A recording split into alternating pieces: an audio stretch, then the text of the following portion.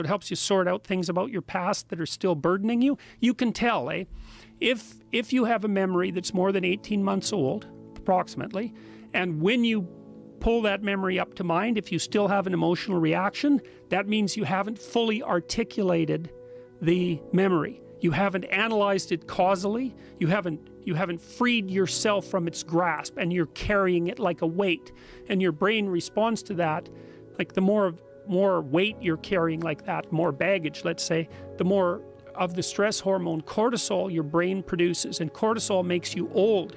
Some of this work has been done by James Pennebaker at the University of Texas at Austin, because he started to pioneer these sorts of writing programs, and he found that if people wrote about uncertain things, past, present, or future, so they could be traumatic things, they could be uncertain things, that their physical health improved. And he did a lot of detailed research trying to figure out why that was, and basically came down to the explanation that it was something like an uncertainty reduction mechanism at work.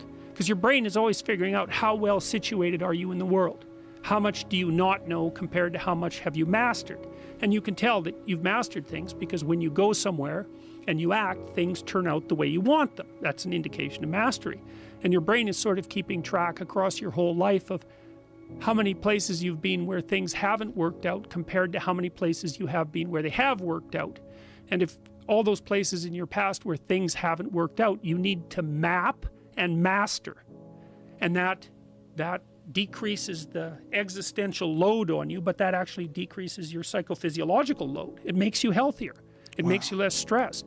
And so we've put all that together in this self-authoring suite to help people write about their past, to sort it out in a detailed autobiography. It asks you questions about your past. It says, divide your life up into 6 epochs, and then divide each of those, that might be, say, birth to kindergarten, and then maybe elementary school, and then maybe junior high school, however you want to do it, and then to write about the emotionally significant events in each of those epochs, and then to describe their effects on you, and then to analyze how you did in those situations, what you might have done differently, what you might do differently in the future, to straighten out your past.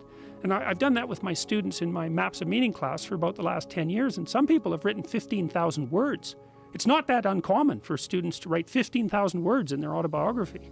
Wow. So if you're thinking about your past, what it means is you haven't analyzed the causal chains. Because you might say, well, why do you remember your past? Well, you might say, well, it's in order to have an objective, record of the past. It's like it has nothing to do with that. There's only one reason you remember the past, and that's to be prepared for the future. That's why you remember the past. And so what you're supposed to do is take the past and extract out from it wisdom.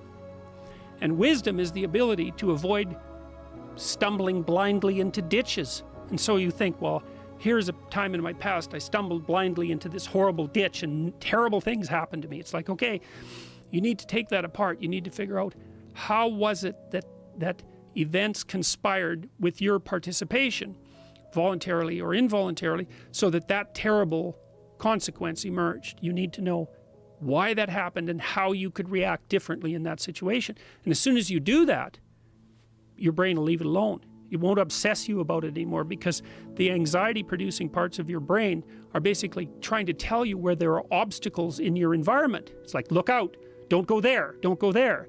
It's like, well, don't go there, there's fire. Well, maybe you could master the fire, right? Then you're a wielder of fire, you're not just a victim. And lots of situations are dangerous or not dangerous depending on your level of mastery, right? Life is like that.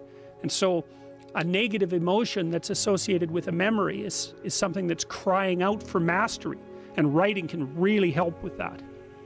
So you're reorganizing your brain when you write autobiographically.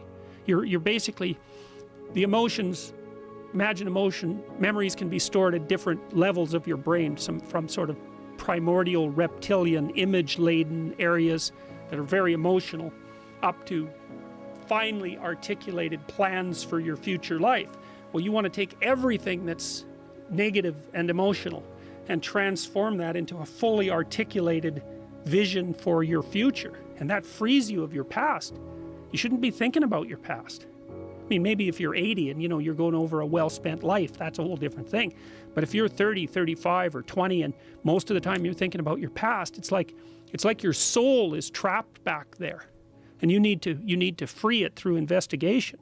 And the metaphysical language is appropriate because that is in a sense what you're doing. You're trapped in the past. It's like you got to break free of that so you can use all your resources to move ahead into the future.